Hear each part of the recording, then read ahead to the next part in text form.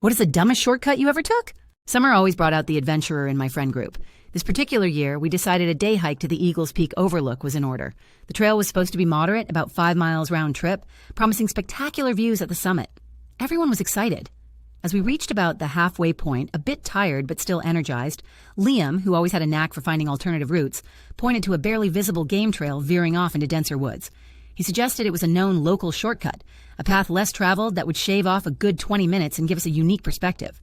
My gut told me to stick to the map, but the group consensus leaned towards adventure. We were young and foolish. The lure of a secret path proved too strong. The supposed shortcut immediately betrayed its name. The game trail quickly dissolved into a thicket of thorny bushes and uneven, root-laden ground. We had to push through dense foliage, our arms constantly brushing against branches that seemed determined to scratch us. The path grew steeper, the ground looser, and soon we were scrambling more than walking. Any sense of direction was lost as the canopy above us became so thick that the sun was reduced to dappled light. We tried to laugh it off at first, calling it character building, but the humor began to wear thin as time stretched on with no sign of the main trail or any recognizable landmark.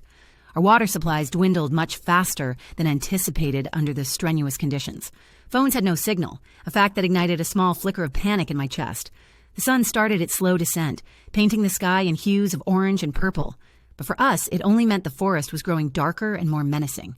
We trudged on, quiet now, each of us privately realizing the gravity of our situation. We were lost, properly lost, in unfamiliar woods, with night rapidly approaching. The forest sounds began to amplify, every rustle and snap of a twig sounding like something much larger moving nearby, just as despair began to set in when we were contemplating the very real possibility of spending a cold, uncomfortable night under the stars. Liam, ironically, stumbled upon something.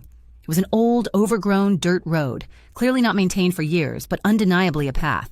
Relief washed over us in a powerful wave. We followed it blindly, hoping it would lead somewhere, anywhere safe. After what felt like an eternity, but was probably only an hour of weary walking, the dirt road spilled out onto a narrow paved country road. It was deserted. We checked our maps on a phone that finally caught a faint signal. We were miles from where we started, in completely the wrong direction from our car. We looked like a ragtag group of survivors, covered in dirt, scratches, and exhaustion, but alive. We called a local taxi service, explaining our predicament with a laugh that masked lingering fear. The scenic overlook was entirely forgotten. We just wanted warm food and soft beds. That shortcut was the longest, most terrifying detour of my life, a harsh lesson learned about trusting instinct over perceived expediency.